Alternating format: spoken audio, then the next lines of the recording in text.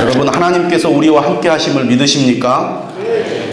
우리가 믿는 하나님은 임마누엘의 하나님임을 기억하시기를 바랍니다. 지금도 우리와 함께 계시는 하나님, 그분이 있기 때문에 우리는 어떤 상황 속에서도 불안해하지 않고 두려워하지 않고 살아갈 수가 있습니다. 하나님께서는 이스라엘 백성들을 광야에서 낮에는 구름 기둥으로 밤에는 불 기둥으로 무려 40년 동안 인도해 주셨습니다. 하나님이 그들과 함께 계셨기 때문에 그들은 안전하게 광야 생활을 잘 지낼 수 있었습니다. 그것이 우리가 모세오경을 통해서 배우는 이스라엘 백성들의 삶입니다. 이스라엘 백성들이 홍해를 건넜을 때 그들이 얼마나 감격하고 하나님께 감사했습니까? 하지만 사흘 만에 이스라엘 백성들은 하나님을 원망하고 불평을 했습니다. 그리고 금송아지를 만들어서 우상을 숭배하는 죄를 범하기까지 했습니다. 왜 이럴까? 감격하고 감사하고 하나님을 찬양했던 이스라엘 백성들이 왜 오래가지 않아서 하나님을 향하여 원망하고 불평했을까? 그들이 원망하고 불평하게 된 이유가 있습니다. 그들 앞에 어려운 문제들이 찾아왔기 때문입니다. 여러분, 우리가 평안하고 모든 것이 안정될 때는 우리 마음도 평안하고 기쁨이 있고 감사가 있습니다.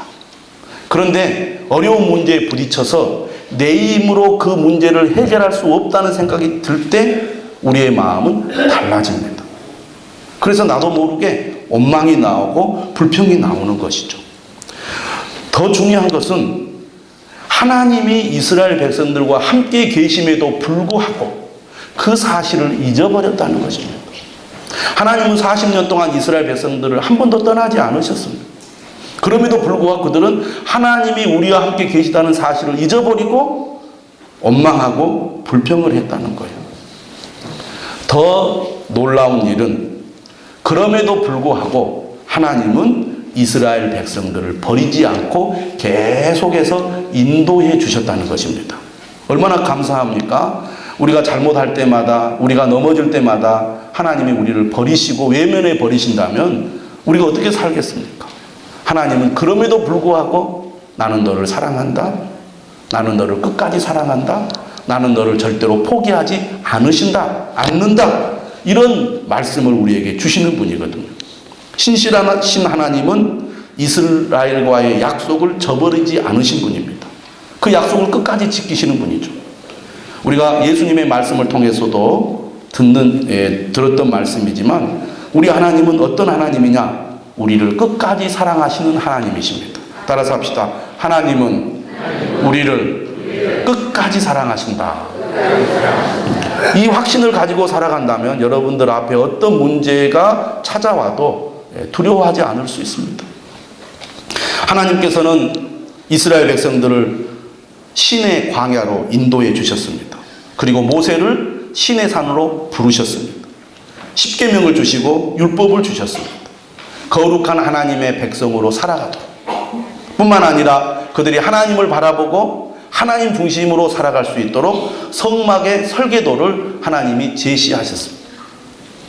그리고 이스라엘 백성들이 혹 넘어지면 죄를 용서받을 수 있도록 하나님께서 제사 제도를 알려주셨습니다. 하나님의 명령을 따라 이스라엘 백성들은 성막을 짓습니다. 이 성막을 통하여 그들은 하나님이 우리와 함께 계시구나, 우리 가운데 계시구나 하는 것을 늘 그들이 잊지 않고 살도록 하셨습니다. 그리고 하나님의 인도를 받게 하셨습니다. 왜 하나님께서 이렇게 열심을 내어서 이스라엘 백성들이 자주 하나님을 실망시키고 하나님을 거역함에도 불구하고 하나님은 이스라엘 백성들에게 이런 은혜를 베푸실까요? 하나님께서 이스라엘 백성들에게 바라시는 것이 있었습니다. 그들이 거룩한 백성이 되어서 젖과 꿀이 흐르는 가나안 땅으로 들어가기를 원하셨다는 것입니다. 여러분, 하나님께서는 우리를 불러주셨습니다. 우리를 구원해 주셨습니다. 지금도 우리와 함께 하십니다. 하나님께서는 우리가 영원한 천국에 이르기를 원하신다는 것을 믿으시기를 바랍니다. 이스라엘 백성들에게 인구 조사를 명령하시죠. 그것이 민수기의 시작입니다. 12개의 지파로 군대 조직을 갖추게 하시고 질서 있고 체계 있게 광야 생활을 할 수 있도록 하나님이 명령을 하셨습니다. 광야는 하나님의 도우심이 없이는 살 수 없는 곳입니다. 그들이 하나님의 명령을 따라 군대 정신을 가지고 질서 있고 체계 있게 조직적으로 움직여야 광야를 잘 통과할 수 있기 때문입니다. 여러분, 오늘 우리가 사는 이 세상은 광야와 같습니다. 우리는 광야 교회를 지금 보내고 있는 것입니다. 이 광야를 잘 통과하려면 어떻게 됩니까? 하나님께서 우리에게 주신 교회를 통하여 하나님이 명령하신 말씀을 따라 질서 있게 체계적으로 우리가 하나님께 순종해야 될 줄로 믿습니다. 드디어 이스라엘 자손들은 1년 동안의 시내 광야의 생활을 마무리하고 가나안을 향하여 행진을 시작합니다. 여전히 하나님께서는 낮에는 구름 기둥으로 밤에는 불 기둥으로 그들을 인도하셨습니다. 얼마나 든든한 일입니까? 잘못해도 용서하시고 다시 시작하게 하시고 열심을 내셔서 이스라엘 백성들을 인도하시는 하나님, 얼마나 감사한 일입니까? 여러분, 오늘도 하나님은 우리와 함께 계십니다. 우리를 인도하십니다. 우리는 하나님의 인도를 따라 살아가면 되는 것입니다. 두려워할 필요가 없어요. 미래에 대해서 여러분 불안해할 필요가 없습니다. 힘듭니까? 여러분 삶이 너무 답답하십니까? 앞이 캄캄합니까? 힘들수록 하나님을 더욱 의지하시기를 바랍니다. 그분의 도우심을 구하십시오. 그러면 우리의 간구를 들으시고 응답하시고 도와주실 것입니다. 할렐루야. 민수기의 시작은 희망차 보입니다. 행진을 시작합니다. 하나님이 동행하십니다.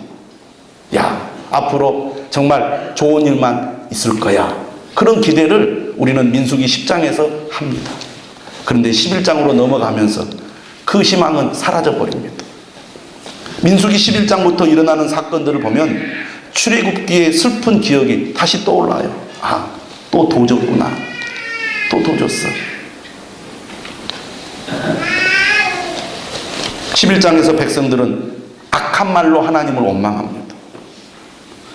여러분, 민수기를 보면요, 하나님께서는 우리의 원망하는 소리를 들으신다는 것을 우리가 알 수가 있어요. 여러분, 우리가 열심히 기도합니다. 하나님 사랑합니다.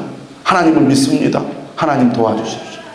그런데요, 우리가 기도를 끝내고 다른 사람들과 이야기하면서 하나님 왜 그러신지 몰라 하고 원망하면요, 하나님은 똑같이 그것을 기도로 들으신다는 거예요.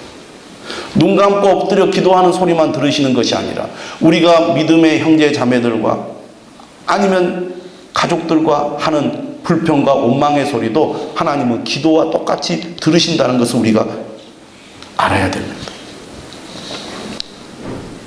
하나님께서 이렇게 원망하는 이스라엘 자손들을 향하여 하나님이 경고의 메시지를 보내요.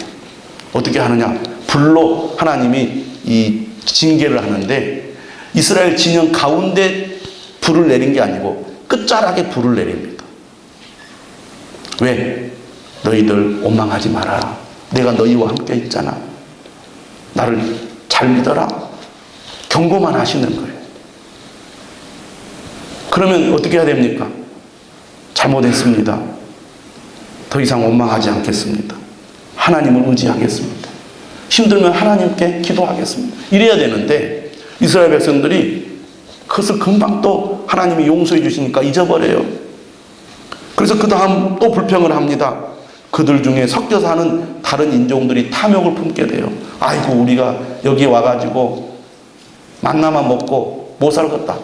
그러니까 이스라엘 자손들이 그 소리를 듣고 옛 생각이 난 거예요.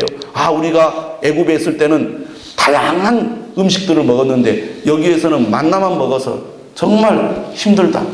하나님께서 영원토록 이스라엘 백성들을 만나를 먹게 하시려고 광야로 데리고 온 게 아니잖아요. 광야만 벗어나면 그들이 농사도 짓고 다양한 음식들을 먹을 수 있도록 하나님이 해주실 건데 광야라는 척박한 땅에서 굶어 죽을 수밖에 없는 이스라엘 자손들에게 날마다 하늘에서 만나를 주셔서 여러 가지 요리를 통해서 먹고 살 수 있도록 인도해 주심에도 불구하고 다른 인종들, 그들과 함께 있는 다른 인종들의 그 탐욕스러운 불만 소리를 듣고 자극을 받아가지고 똑같이 원망하고 불평을 하니까 하나님 이번에는 대단히 화가 났어요. 그래가지고 모세에게 뭐라고 그럽니까? 좋다. 그러면 내가 그들에게 고기를 실컷 먹게 해주겠다. 한 달 동안 메추라기를 보내서 냄새조차 맡기 싫을 정도로 고기를 먹게 해주십니다. 그런 다음에 이 욕심을 부린 주동자를 하나님이 심판을 하세요. 근데 여기서 끝나지 않습니다. 12장에 보면 모세가 구스 여자, 에디오피아 여자를 아내로 취합니다. 그것 때문에 미리암과 아론이 모세를 비방을 해요. 모세에게 권위를 주신 분은 하나님이신데 구스 여자를 취한 문제를 빌미 삼아서 모세의 권위를 넘보고 비난을 하고 있어요. 그것은 곧 하나님의 권위에 도전하는 것이었습니다. 하나님께서는 그걸 그냥 넘어가지 않았어요. 미리암에게 나병에 걸리는 징계를 내립니다. 아론과 모세가 기도해서 일주일 만에 그 징계를 풀어주시죠. 이처럼 이스라엘 백성들은 원망, 불평, 비방을 일삼아요. 얼마나 한심합니까? 얼마나 답답합니까? 하나님께서 이럴 법도 하시잖아요. 더 이상 저놈들과 못 해먹겠다. 또 하나님 실제로 그런 얘기 하세요. 오늘 본문 뒤에 보면 나 쟤들 다 없애버리고 모세 너하고 다시 시작해야 되겠다. 모세가 하나님 앞에 기도하잖아요. 하나님 그러시면 안 된다. 그런데 오늘 우리가 다루고 있는 13장과 14장 내용을 보면 하나님께서는 이런 일련의 사건들에도 불구하고 이스라엘 백성들을 가나안으로 데려가기 위해 정탐꾼을 선발하라는 명령을 내립니다. 참 하나님 대단하시죠? 하나님께서는 여전히 이스라엘 백성들에게 신실하신 분입니다. 포기하지 않으시는 하나님의 사랑과 열심을 우리는 민수기에서 보게 됩니다. 그 사랑과 열심이 있기에 오늘 우리가 이 자리에 선 줄로 믿으시기를 바랍니다. 여러분 자식들이 속 썩이고 말 안 듣고 부모 실망시키고 화나게 해도 부모는 다시 돌아서서 걔 손을 잡잖아요. 그러면 안 되지. 다시 해보자 하면서 포기하지 않잖아요. 그게 부모의 마음이고 사랑 아닙니까? 하나님이 바로 부모와 똑같은 그런 마음을 가지고 우리를 대하신다는 겁니다. 민수기 앞부분에서 광야 진군을 준비시킨 다음 광야 진군을 시작하게 하신 것처럼 이번에는 가나안 정복을 준비시킴으로써 가나안 정복을 시작하게 하시려는 것입니다. 각 지파에서 한 명씩 12명으로 정탐꾼을 선발했습니다. 근데 이 정탐꾼들이 어떤 사람들이냐? 하위직에 있는 사람들이 아니라 제일 높은 위치에 있는 사람들을 정탐꾼으로 선발했어요. 위험한 일이죠. 붙잡히면 죽을 수도 있습니다. 여러분 나중에 여호수아를 보면 여리고성에 정탐을 보냈다가 하마터면 붙잡혀 죽을 뻔했습니다. 그런 위험한 일에 제일 높은 위치에 있는 지도자들을 하나님께서 정탐꾼으로 보내라고 하십니다. 지휘관들이 지도자들이 모험이 돼야 된다 그런 얘기죠. 그러면서 하나님께서는 그들이 정탐해야 할 내용들에 대해서 말씀을 하세요. 그게 13장 어디에 나옵니까? 17절에서 20절에 나옵니다. 자, 한번 우리가 성경 말씀을 같이 읽어보면 좋겠습니다. 17절부터 20절 교독을 하겠습니다.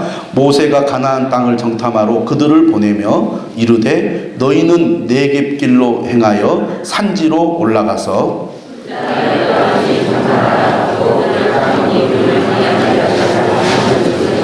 그들이 사는 땅이 좋은지 나쁜지와 사는 성읍이 진영인지 산성인지와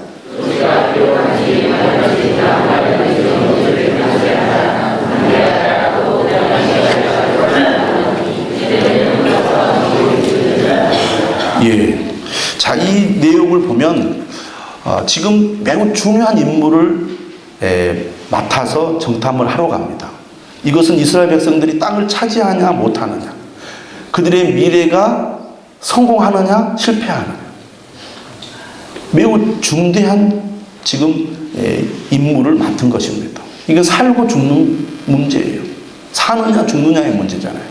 그러니까 그 일을 준비하러 가는 사람들이 적당히 대충 하면 되겠습니까? 안 되겠습니까? 적당히 대충 하면 안 되죠. 철저하게, 정확하게 조사를 하고 탐지를 해야 합니다. 여러분, 우리가 주님의 일을 하는 것은 그 본래의 목적이 영혼을 살리는 데 있습니다. 사람을 살리는 데 있단 말이에요. 저 사람이 멸망의 길로 가느냐, 생명의 길로 가느냐, 천국으로 가느냐, 지옥으로 가느냐의 문제. 그것을 우리가 대충 하면 됩니까? 한번 믿으면 좋아요. 한번 믿어보세요. 사실 그런 문제가 아니에요. 안 믿으면 죽습니다. 믿어야 삽니다. 이런 절실함이 있는 문제다, 그 말이에요. 근데 그 일을 우리가 성공하기 위해서는 열심히 기도해야 되고 치밀한 준비가 필요하고 정성을 쏟아야 된다, 그 말입니다. 한 생명이 지금 잘못된 길로 가고 있는데 그냥 내버려 두면 됩니까? 중한 병에 걸려서 수술을 받아야 되는 환자가 수술을 받을 때 의사가 대충 하면 되냐 이 말이에요. 중한 병일수록 의사가 어떤 경우는 열 몇 시간, 심지어는 20몇 시간 연속해서 수술하는 그런 얘기도 여러분 다 들어보신 적 있을 것입니다. 한 사람을 살리는 일이 얼마나 치열하고 처절한지 우리가 잘 알고 있지 않습니까? 영혼을 살리는 일, 주님의 일이 그와 같다는 것입니다.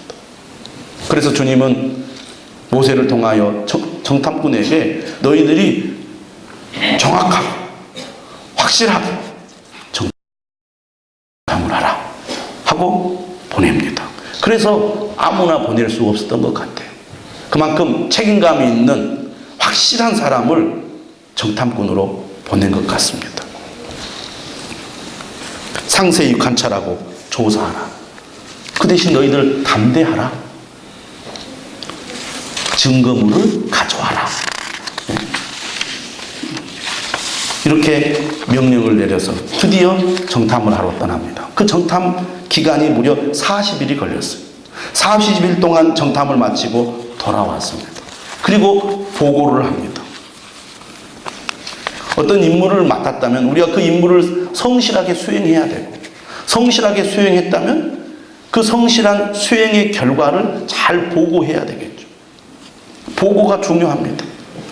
우리가 어떤 일을 맡았든지 그 일을 잘 정리하고 보고를 잘해서 그것이 좋은 결과물로 나올 수 있도록 만들어야 되지 않겠습니까? 열심히 일했는데 결과물이 없어. 그러면 열심히 노력한 것이 아무 의미가 없어집니다. 그 결과물을 잘 정리해서 그것이 실제 어떤 열매로, 성과로 나타나도록 해야 되지 않겠습니까? 그래서 보고가 참 중요한 겁니다. 정확한 보고. 그런데 우리 민수기 말씀을 보면 그들이 사실에 근거하여 정확한 보고를 하는 것을 알 수가 있어요. 13장 26절 이하에 보면 그들의 보고의 내용이 나옵니다. 27절에 이렇게 되어 있어요. 한번 읽어봅시다. 13장 27절 시작. 모세에게 말하여 이르되 당신이 우리를 보낸 땅에 간즉 과연 그 땅에 젖과 꿀이 흐르는데 이곳은 그 땅의 과일이니이다. 젖과 꿀이 흐르는 땅. 우리가 가나안 땅을 젖과 꿀이 흐르는 땅이라고 말합니다. 여러분, 광야는 척박한 땅이에요. 농사를 지을 수가 없어요. 비가 내리는 날이 매우 적기 때문입니다. 겨우 중간중간 풀이 있고요. 나무도요, 막 까시만 앙상에 남아있는 그런 떨기나무 같은 것만 있습니다. 그런데 정탐꾼들이 40일 동안 정탐하고 와서 하는 보고를 보니까 젖과 꿀이 흐른다고 보고를 하니까 이스라엘 백성들이 그 소식을 듣고 얼마나 흥분했겠습니까? 야, 우리가 이 힘든 광야를 통과하기만 하면 젖과 꿀이 흐르는 땅을 우리가 차지할 수 있겠구나. 젖과 꿀이 흐른다는 것은 무엇을 의미합니까? 젖이 풍성하다는 것은 이 목축을 하기에 좋은 땅이라는 것입니다. 풀이 많아서 가축들이 풀을 뜯어 먹으면 젖이 잘 나오는 그런 곳이 된다는 얘기죠. 그 다음에 꿀이 흐른다는 것은 무엇을 의미합니까? 농사 짓기에 아주 풍부한 땅이라는 것입니다. 이렇게 비옥한 땅을 하나님이 주신다고 그렇게 말씀을 하시니 얼마나 이스라엘 자손들이 흥분하고, 야, 우리가 조금만 견디면 좋은 땅을 차지할 수 있겠구나. 그전에는 우리가 노예 생활을 하면서 남의 일만 하고 그것도 다 뺏기고 그랬는데, 이제 우리가 저 땅을 차지하면 농사도 마음대로 짓고 가축도 마음대로 길러서 우리가 정말 풍요로운 삶을 살 수 있겠구나라고 기대를 하지 않았겠습니까? 그런데 여러분, 보고에 있어서 중요한 것은 보고 그 자체에 있지 않다는 얘기입니다. 여러분, 모세가 12명을 정탐꾼으로 보낸 목적이 무엇입니까? 정탐의 목적이 어디에 있습니까? 그것은 바로 가나안 정복을 위해서 정탐을 보낸 것입니다. 그렇다면 그들이 사실에 근거한 보고로만 그치면 안 되겠죠. 그 사실에 근거한 보고와 함께 우리가 어떻게 하면 이 땅을 차지할 수 있을지, 그 전망, 그 비결, 해법을 얘기해 줘야 되지 않겠습니까? 그 땅은 이러이러한 땅인데 우리가 이렇게 하면 그 땅을 차지할 수 있겠습니다 라고 보고를 해야 보고자가 보고를 잘하는 것이죠. 그런데 평가에 있어서 둘로 갈라져 버립니다. 2명은 긍정적인 평가를 하는데 10명은 부정적인 평가를 해요. 13장 30절 보십시오. 갈렙이 이렇게 보고합니다. 한번 읽어보겠습니다. 시작. 갈렙이 모세 앞에서 백성을 조용하게 하고 이르되 우리가 곧 올라가서 그 땅을 취하자 능히 이기리라 하나. 우리가 곧 올라가서 그 땅을 취하자 능히 이기리라. 가서 조사해 봤더니 우리가 충분히 그 땅을 차지할 수 있겠습니다 라고 보고를 합니다.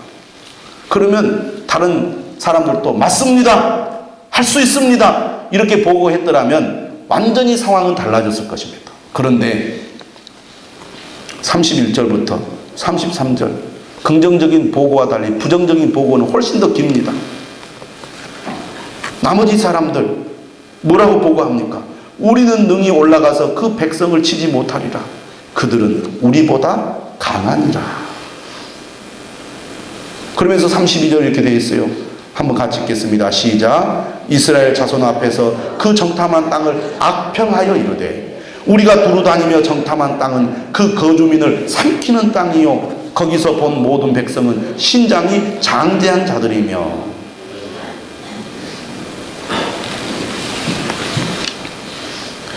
분명히 27절에서는 적과 꿀이 흐르는 땅이라고 보고를 했습니다. 그런데 32절에서는 그 정탐한 땅을 악평했다고 했어요. 어떻게 이렇게 다르게 보고할 수 있을까요? 여러분, 죄로 물든 인간은 마음이 돌아서면 좋았던 일과 좋았던 사람에 대해서 갑자기 악담을 하는 나쁜 습성을 다 지니고 있습니다. 관계가 좋을 때는 참 좋습니다 이렇게 말했는데 관계가 나빠지면 나쁩니다 이렇게 얘기를 한다는 거죠. 그것이 인간이 가지고 있는 죄성인 것 같아요. 그 땅은 사람을 잡아먹는 땅입니다 이렇게 보고를 합니다.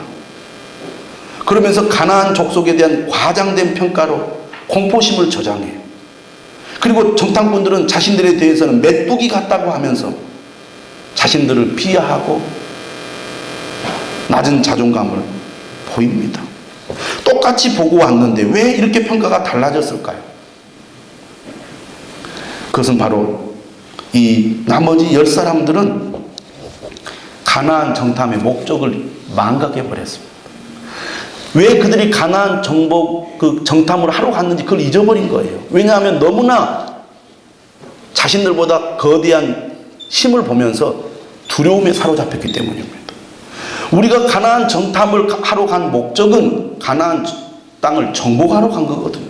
근데 그 사실을 망각해 버렸어요. 더 나아가 무엇을 망각했느냐? 하나님의 약속을 망각해 버렸습니다. 하나님이 그 땅을 주신다고 그랬거든요. 이미 주신 땅이라 그랬어요. 주신 땅이라고. 여러분 13장 2절에 보면 하나님께서 뭐라고 말했느냐면 이렇게 말해요. 사람을 보내어 내가 이스라엘 자손에게 주는 가나안 땅이거든요. 주는 가나안 땅. 이미 이것은 하나님이 주신 땅이에요. 그래서 그들은 그 땅을 하나님의 약속을 믿고 차지하면 되는 겁니다. 그런데 그들은 그 하나님의 약속을 망각해버렸어요. 더 나아가서 그들은 하나님이 지금 그들과 함께 계시다는 것을 망각했습니다. 여러분, 우리는 어떻습니까? 어떤 어려운 문제에 부딪히면 나와 함께 계시는 하나님, 나를 도와주시겠다고 약속하신 하나님, 그 하나님을 잊어버리고 그 현실적인 문제 앞에 겁을 먹고 주눅이 들 때가 많지 않습니까? 내 힘보다 거대한 문제를 만났을 때 그 문제만 보고 있습니까? 아니면 나와 함께 계시는 하나님을 바라봅니까? 오늘 말씀을 통해서 우리는 우리 자신을 돌아봐야 되겠습니다. 자, 더 큰 문제가 생겼습니다. 2명의 긍정적인 보고와 10명의 부정적인 보고를 통해서 백성들이 반응을 보이는데, 안타깝게도 백성들이 2사람의 긍정적인 보고에 반응한 게 아니고 10사람의 부정적인 보고에 반응을 보였다는 것입니다. 이걸 보면서 두 가지를 생각하게 됩니다. 오늘 14장 1절에 이렇게 되어 있죠. 온 회중이 소리를 높여 부르짖으며 백성이 밤새도록 통곡하였더라. 이스라엘 자손이 다 모세와 아론을 원망하며 온 회중이 그들에게 이르되 우리가 애굽 땅에서 죽었거나 이 광야에서 죽었으면 좋았을 것을 어찌하여 여호와가 우리를 그 땅으로 인도하여 칼에 쓰러지게 하려 하는가? 우리 찾아가 사로잡히리니 애굽으로 돌아가는 것이 낫지 아니하랴. 첫 번째 생각하는 것은 지도자의 영향력입니다. 지도자의 말이 얼마나 큰 영향을 끼치는지를 잘 보여주는 그런 말씀입니다. 여러분, 지도자는 특별한 사람들에게만 해당된다고 생각하십니까? 아닙니다. 여기 있는 여러분들은 다 지도자의 역할을 발휘해야 하는 사람들입니다. 가정의 지도자. 여러분, 가장입니까? 가정의 살림을 도맡아서 자녀들을 이끄는 부모입니까? 그러면 다 여러분은 가정의 지도자예요. 근데 지도자의 말과 지도자의 태도가 그 구성원들에게 엄청난 영향을 끼친다는 것입니다.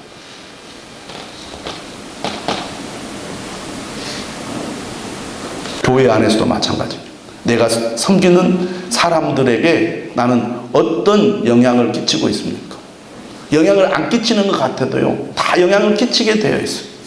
그렇기 때문에 지도자가 어떤 믿음을 가지고 있느냐가 매우 중요하다고 볼 수가 있습니다.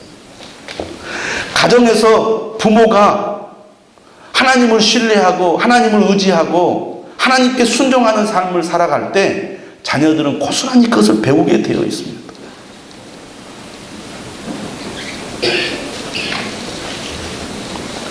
두 번째로,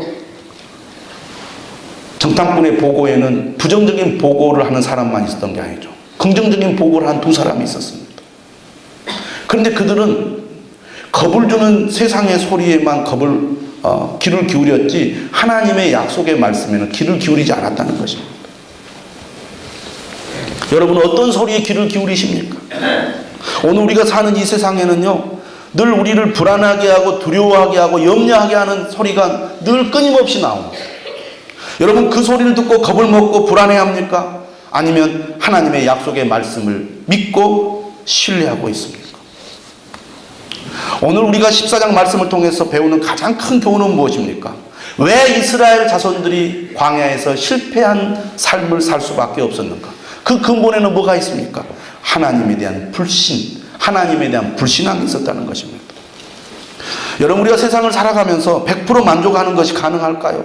그렇지 않을 것입니다. 늘 우리 삶에는 늘 불편함이 있고 부족함이 있고 불만족스러운 것이 있습니다. 그러나 하나님, 우리가 어떤 사람이 되기를 원합니까? 불평하고 원망하면서 낙심하고 두려워하는 사람보다 이 문제를 통해서 어떻게 이 문제를 극복할까 대안을 찾는 사람이 되기를 원하신다는 것입니다. 그리고 어떤 문제에 부딪혀서 그것을 내 힘으로 할 수 없을 때 하나님 앞에 엎드려 기도하는 사람을 하나님은 찾으신다는 거예요. 믿는 사람은 어떤 사람입니까? 문제 앞에 절망하지 않는 사람입니다. 하나님을 붙드는 사람이에요. 하나님을 의지하는 사람입니다. 하나님께 매달리는 사람이에요. 이 10명의 지도자와 갈렙은 그렇게 달랐습니다. 뿐만 아니라 모세가 달랐다는 거예요. 모세는 끊임없이 백성들로부터 도전을 받았어요. 공격을 받았어. 그때 모세는 어떻게 합니까? 우리가 민수기 11장에서 14장까지의 말씀을 보면서 모세의 행동을 하려고 살펴보십시오. 모세는 문제 앞에 부딪힐 때마다, 백성들이 항의하고 원망할 때마다 그 자리에서 하나님 앞에 엎드렸어요. 그때마다 하나님 도와주셨어요.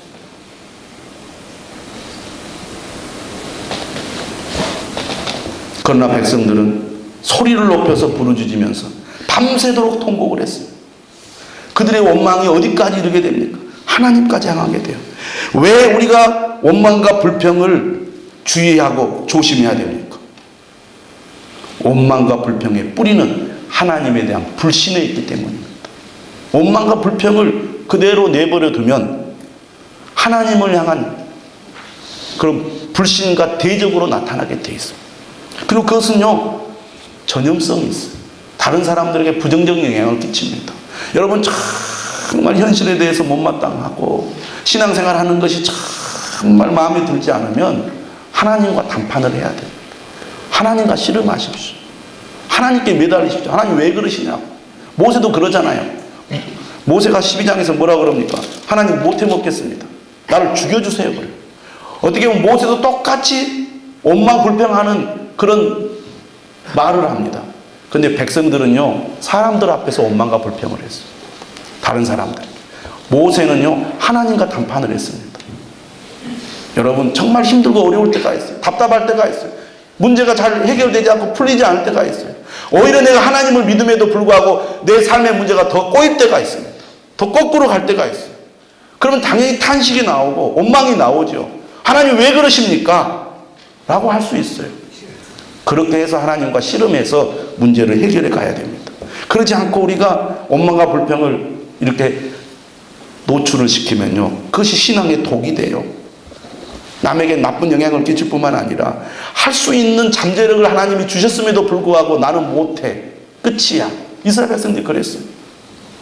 이제 끝났네. 우리가 광야에서 죽으려고 여기 온 줄 아냐고. 가나안에 들어가려고 하는데 이제 다 끝났네. 할 수 있는 잠재력이 마비될 뿐만 아니라 꿈이 파괴돼 버려요. 이제 더 이상 희망이 없습니다. 그러면서 모세와 아론을 막 원망합니다. 그리고 하나님은 이스라엘 백성들을 광야에서 가나안으로 데리고 가려고 하는데 그들은 뭐라고 말합니까? 애굽으로 돌아가자 그래요. 모세 못 믿겠다. 지간을 세우자. 애굽으로 돌아가자. 이렇게 되는 것이죠.